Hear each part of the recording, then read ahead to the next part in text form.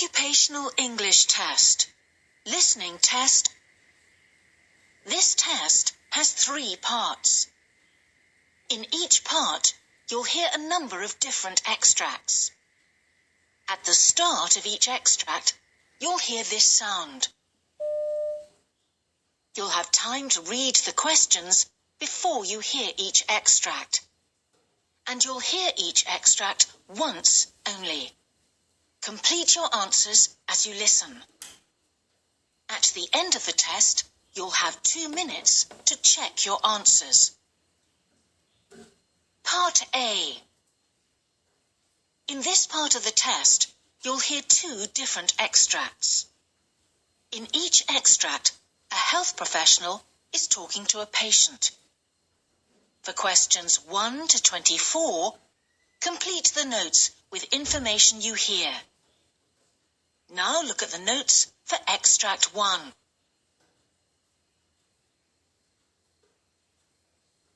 Extract 1, questions 1 to 12. You hear a gastroenterologist talking to a patient called Simon Mortlake. For questions 1 to 12, complete the notes with a word or short phrase. You now have 30 seconds to look at the notes.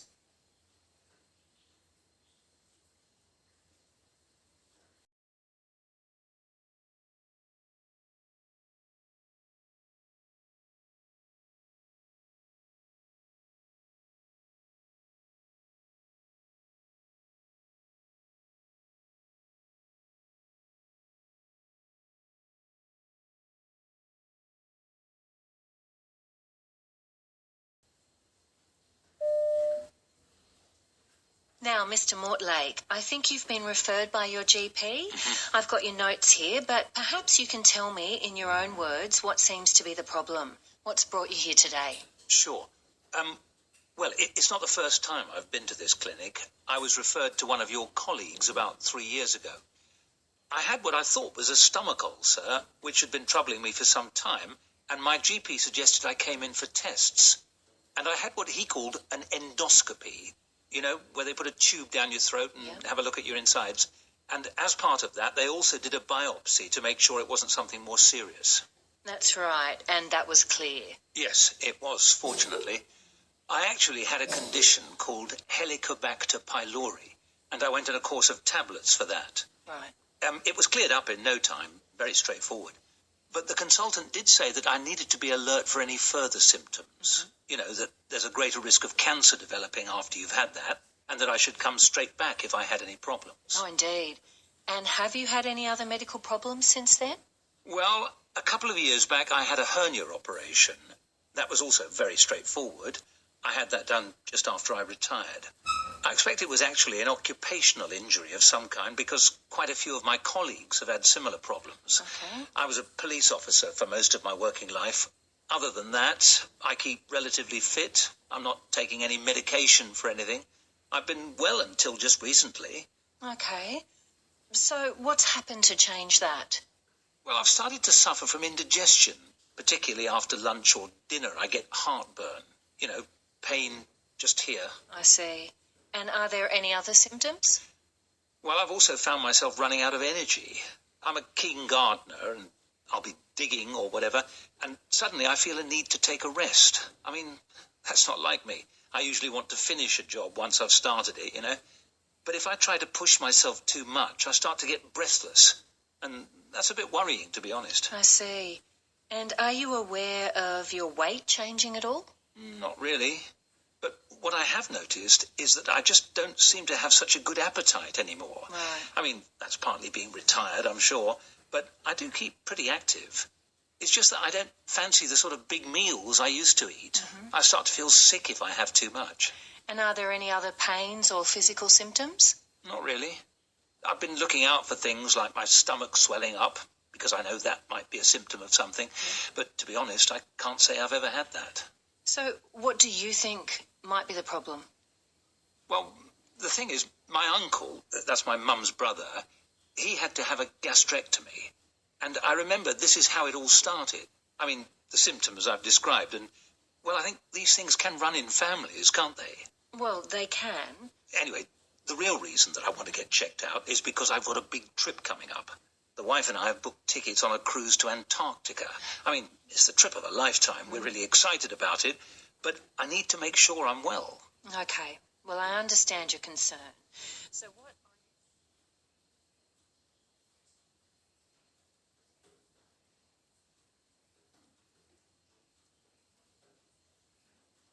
Extract 2. Questions 13 to 24. You hear a vascular surgeon talking to a new patient called Monica Patterson. The questions 13 to 24 complete the notes with a word or short phrase. You now have 30 seconds to look at the notes.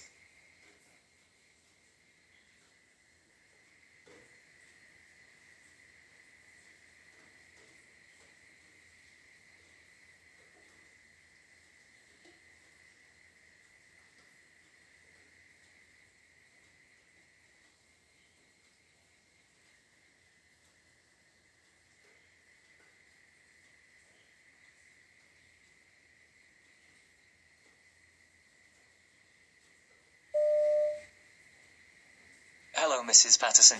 Your GP has sent you to see me because of some problems with your legs, is that right? Yes, varicose veins, and they've just been getting worse and worse. Right. Well, I've got some notes here from your GP, but I wonder if you could tell me in your own words when this started and what's happened so far. Well, I guess the first time I had problems with my legs was ages ago, when I was pregnant. My son's 25 now, so that shows you how long ago it was. But everyone knows that varicose veins goes with that, don't they? They look horrible at the time, but then they usually disappear again. And was that the case? Well, by about a year or 18 months later, they'd gone completely. My legs were looking and feeling fine, and I was back at work then too. Uh-huh. What do you do? I was a chef in quite a busy restaurant, so there wasn't much opportunity for sitting around in that job, Doctor, I can tell you. But then, it must be getting on for 4 years ago now. I noticed the veins were coming back. At first, I wasn't too concerned, although they seemed to get very scaly, and they itched too around the calves. I tried to follow the advice you find on websites. You know, move around at work, try to keep your feet up on a stool, and avoid crossing your legs. Mm-hmm. And I did insist on getting a bit of exercise every day. I always managed to fit in walking around town after the lunch service, just for about half an hour or so. Oh, good. And what treatments have you had so far, Mrs. Patterson? I first went to see my GP just because they looked ghastly, and I was a bit worried about them. But he said that he could only recommend proper treatment when they got worse and were painful or I had any complications. But he did tell me I should lose some weight. That's an occupational hazard in my job. Good advice, though. Well, I did manage to get it down a bit. Anyway, about a year ago, my left leg really swelled up. In fact, they both look pretty nasty with the bulging veins. And you can see now, my feet and ankles are really swollen up. Yeah. Also, when I'm in bed, I regularly wake up with terrible cramps. Last night, I didn't know where to put myself.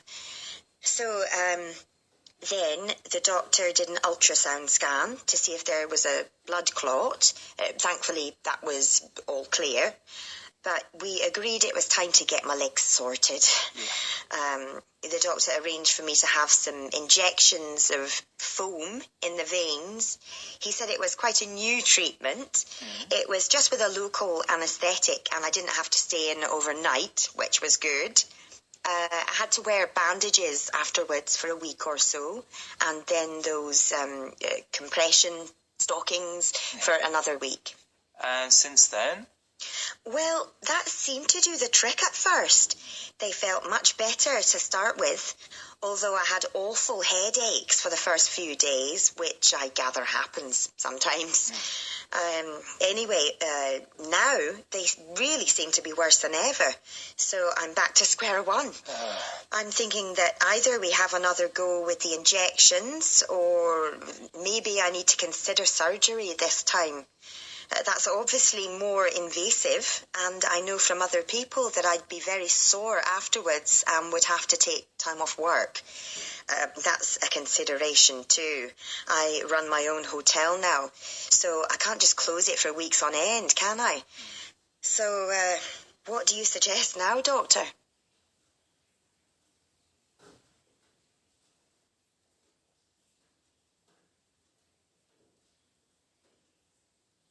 That is the end of Part A. Now look at Part B.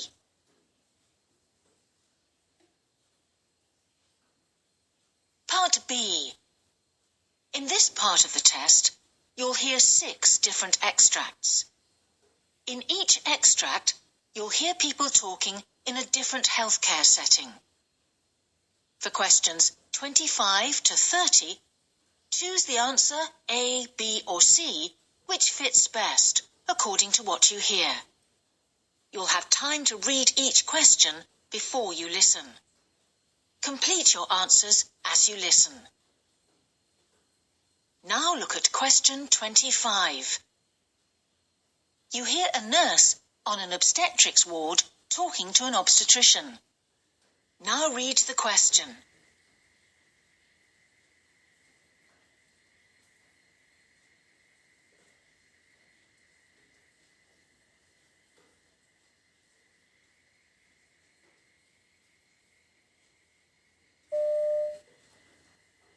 Excuse me, Doctor, could I have a word about a patient? Sure. In room 12, we have Mrs. Tate. She's a 35-year-old G3P3 woman who came in yesterday complaining of breast tenderness, bloating and mild nausea.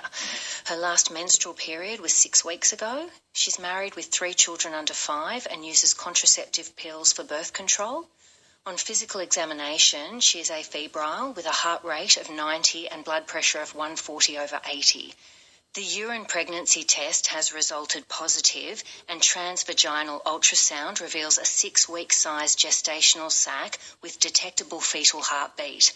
What's concerning me is that she's visibly distressed.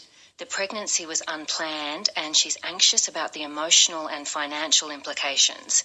She was on bed rest for 6 weeks during her last pregnancy, and she's aware of the risks and difficulties of carrying this one to term. Would you be able to speak to her?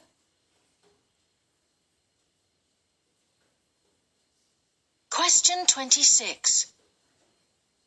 You hear a senior doctor giving a group of medical students training in how to conduct a physical examination. Now read the question.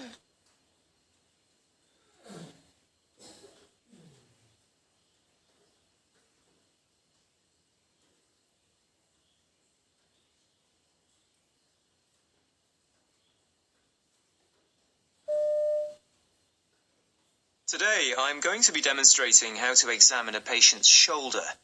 So, you've taken a full history, which means you've got a fairly good idea what it is you're looking for, and it's time for the physical examination. Now, the thing to bear in mind is that the shoulder's an extremely complex joint, and there are many specific tests we can apply during an examination. Therefore, it's best not to jump to too many conclusions about the diagnosis. If you just go looking for that one thing, then you risk missing something else that might be there. So, how to conduct the examination? Well, you need to be organized and follow a set routine. The first thing is to ask your patient to remove their shirt or whatever to expose the area you're examining. Watching the patient do this is often quite instructive with shoulder problems because you can pick up whether they're actually guarding the shoulder as they do that. And that might give a clue as to the possible nature of the pain or exactly where it's located.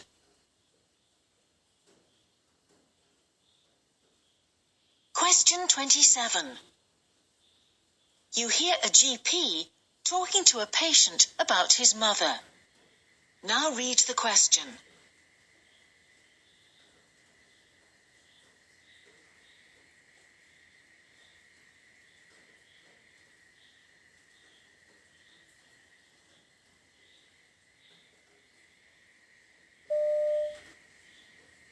So, how can I help you today? I've come about my mum, actually. You know you referred her to the memory clinic. Yes, that's right. Well, the thing is, she went there and she's been diagnosed with Alzheimer's. I guess we should have known what was coming, but it still comes a bit of a bolt out of the blue, to be honest. Oh, yes, I'm sure it has. Well, Mum seems to be okay with it. It's me, really. I mean, I know what Alzheimer's is, but I don't know that much about it, really. So I thought it'd be best to come and see what I ought to be doing. My mum lives on her own at the moment, and she's coping fine, but how long's that going to be the case? Is there anything I should be doing? You know, is it going to get worse? I mean, do I need to start putting things in place to help her, or is that just going to alarm her? Is she safe to look after herself? Should I be looking out for certain signs or anything? Okay, look, I understand your concerns. Before we go any further...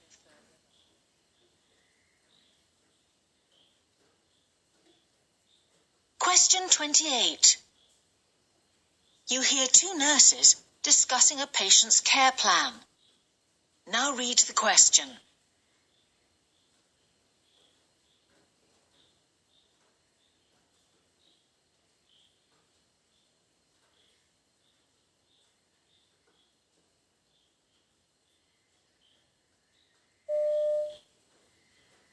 Shall we go over her care plan next? Sure. I'd say that the priority is some Lovenox training, because she's likely to be going home on that.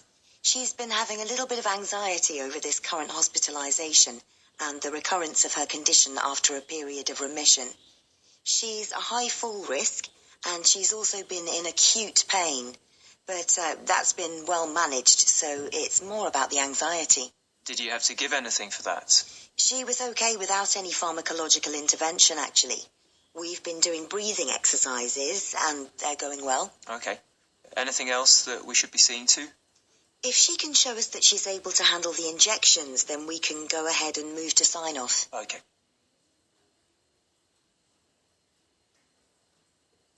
Question 29. You hear a surgeon briefing his team before an operation. Now read the question.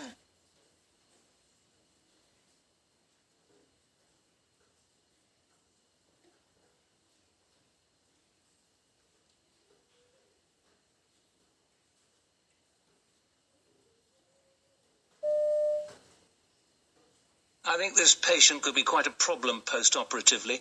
Is he taking oral medications? Yes, he's on phenytoin. Okay, so if his gastrointestinal tract becomes unusable, we need to be ready to deliver that intravenously. The other issue with him is that from his records I can see that he's actually had quite a bad time in the post-operative period on previous occasions. He was a heavy smoker, but claims to have cut down considerably. Even so, he's going to have a larger midline incision, so he may be someone that you want to consider for an epidural, because he's likely to be at the extreme edge of the pain threshold. We'll see at the beginning with the wound catheters and PCA. If necessary, we can do the epidural in the recovery room if he's in difficulty. Fine.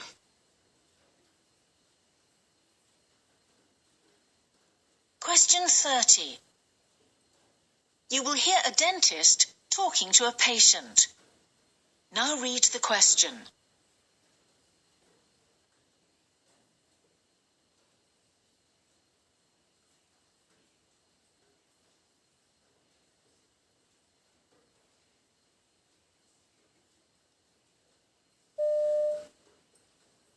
So we're going to fit your implant today.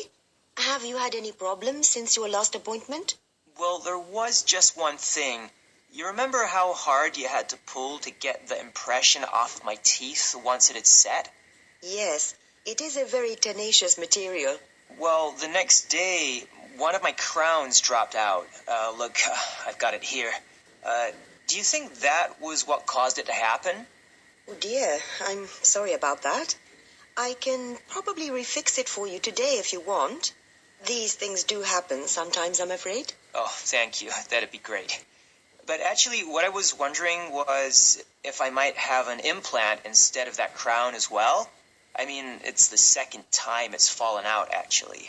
I've had it years. Oh, well, in that case, let's have a quick look at the tooth itself and see what might be possible. Thanks.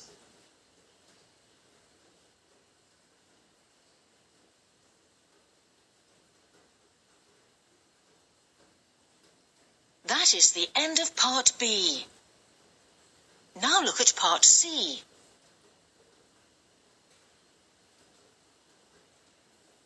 Part C. In this part of the test, you'll hear two different extracts. In each extract, you'll hear health professionals talking about aspects of their work. For questions 31 to 42, choose the answer A, B or C which fits best, according to what you hear. Complete your answers as you listen. Now look at Extract 1. Extract 1, questions 31 to 36. You will hear an interview with a sports injury specialist called Toby Walsh on the subject of hamstring injuries. You now have 90 seconds to read questions 31 to 36.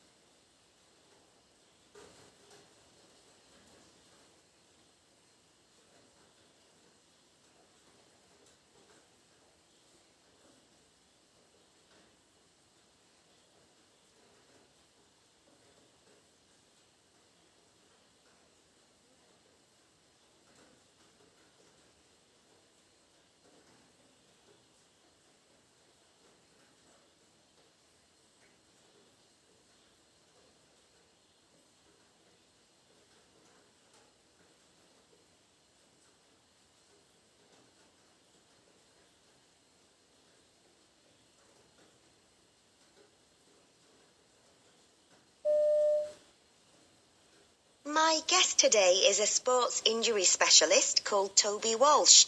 We're going to be talking about hamstring injuries. Toby, hamstring injuries are something sports people at all levels of ability fear getting. Why is this? Well, you're right. Hamstrings are the most significant injury in a number of team sports, including football and rugby, but any sports person could be affected. I think, looking at the statistics, hamstring injuries account for the largest number of lost playing hours amongst professional footballers, even though the average injury only takes about 3 weeks to heal. More worrying for the individual is that once they've had such an injury, the chance of sustaining another one in the same season is as high as 20%, so it can become the thorn in the player's side. That, I think, accounts for the reputation the injury has. So is this an injury that can affect any of us at any time? Well, the hamstrings are a group of muscles in the thigh that allow us to bend our legs and knees effectively. Now, some ethnic groups are more predisposed to these injuries than others, and everyone's chance of tearing the muscle increases with age. But apart from that, they're generally the result of short bursts of movement, like sprinting or suddenly changing direction. And they happen more in certain sports because these are just the sort of movements that players are making. They happen most often at the end of what we call the swing phase of running, just before the outstretched leg hits the ground and the muscles contract to bend the knee. But I'm sure there are ways to prevent these injuries. Well, looking after the muscles themselves obviously helps here. You can do various exercises that actually strengthen the hamstrings and so make them less prone to injury. And of course, warming up before exercise is crucial in avoiding all sorts of muscle strains, and sports people know that. But that isn't the whole story. One interesting finding is that a lot of people who develop hamstring injuries have coexisting back problems, and there would seem to be a correlation. By loosening up the lower back, you also help the nerves that control the hamstring. Flexibility there allows the muscles to function as they should, and there are exercises people can do to help that. And is the risk of hamstring injury something that should be taken into account in training programs? Well, yes. Intensive training, of the sort you do for team sports like football, can put quite a heavy workload on the gluteal muscles, which can lead to a tightening around the hips, creating knots known as trigger points. These, in turn, can cause referred pain in the hamstring, reducing flexibility and increasing the risk of straining or tearing it.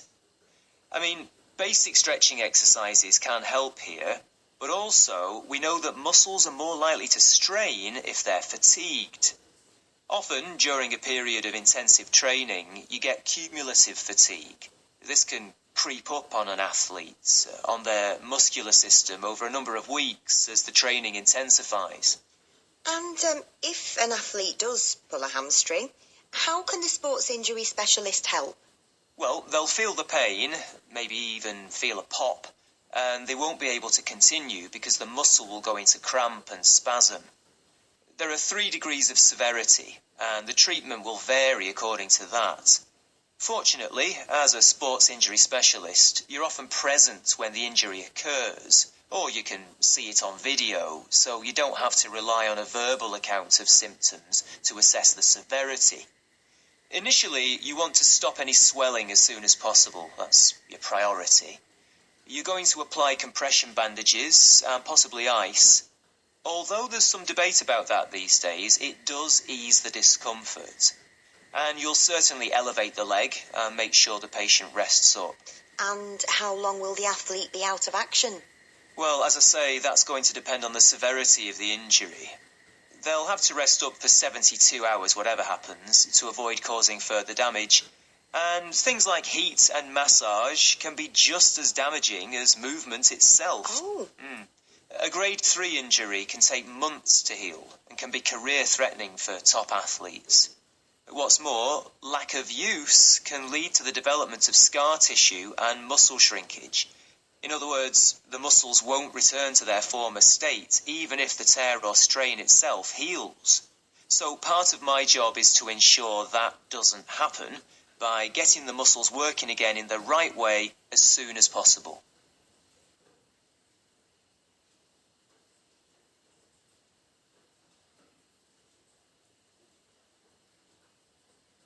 Now look at Extract 2. Extract 2, questions 37 to 42. You will hear a clinical pharmacist called Emma Royce giving a presentation about the side effects of certain types of medication. You now have 90 seconds to read questions 37 to 42.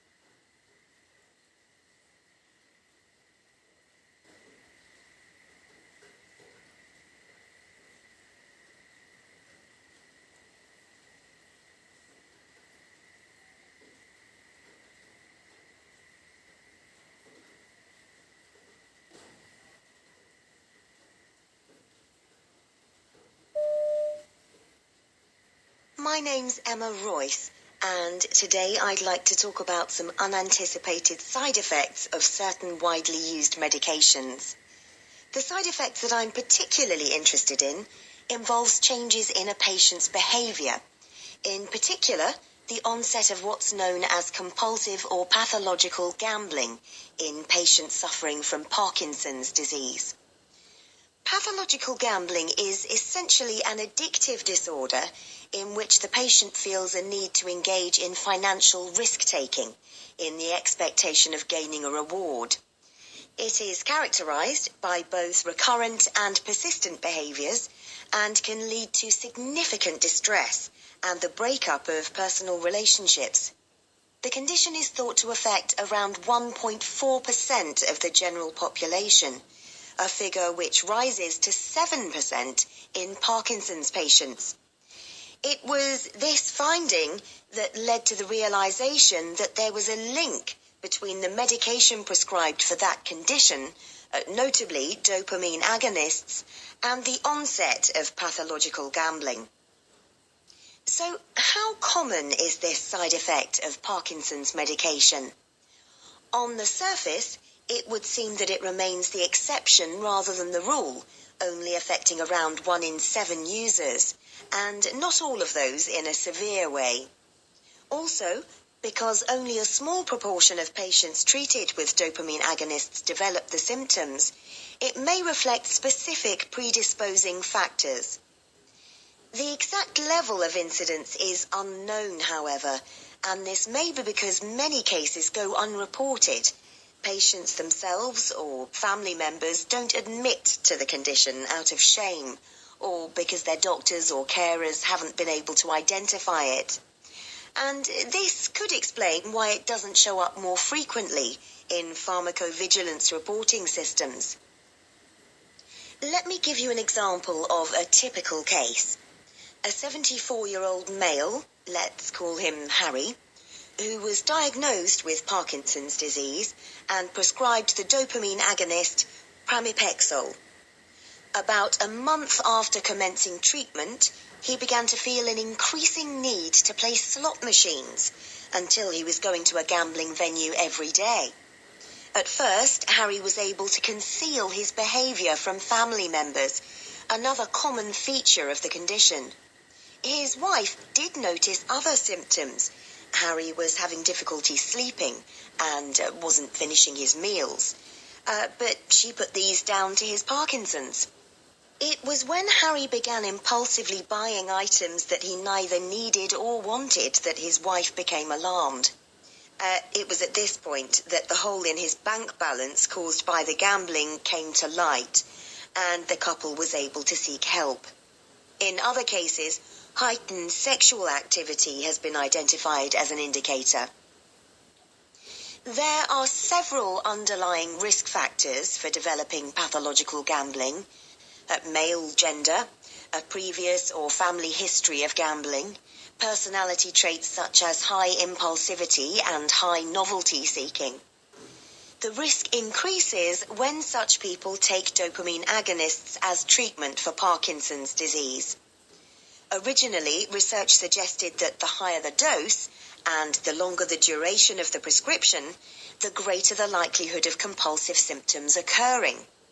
More recently, however, research into the use of the medication for another condition, restless leg syndrome, or RLS, has shown that symptoms can develop even at low doses. So, what are the long-term effects of these adverse reactions? Pathological gambling seems to be reversible when the dose of the dopamine agonist is reduced or the patient is transitioned to an alternative medication. Basically, dopamine agonists help Parkinson's patients by replacing the loss of dopamine in areas of the brain that control the ability to move. But the increased dopamine levels then affect other areas, such as the neural system linked to pleasure and reward behaviors and associated emotions, which then manifest themselves as impulsive and compulsive actions. But the effects are not long-lasting. Harry lost all interest in gambling within a month of stopping pramipexole therapy. But sadly, for many patients, the problem isn't picked up before life-changing disruption is caused, as significant gambling debts develop and relationships become strained. So, what can we do to improve the management of these side effects? There's no doubt that Parkinson's is a serious and degenerative disease, so the drugs may represent a reasonable trade-off in terms of risk-benefit analysis. It's hoped that by educating patients and carers about potential side effects, it'll make them more willing to report changes of behaviour. Patients and their carers should be monitored closely for the symptoms, so that as soon as any side effects do emerge, the drugs can be tapered or discontinued. For other conditions, such as RLS, however, it is open to debate whether the risks associated with compulsive behaviours outweigh the therapeutic advantages of administering the medication. What is needed is further research to establish just how extensive the problem is.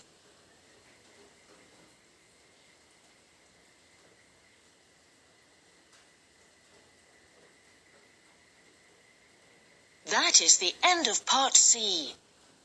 You now have 2 minutes to check your answers.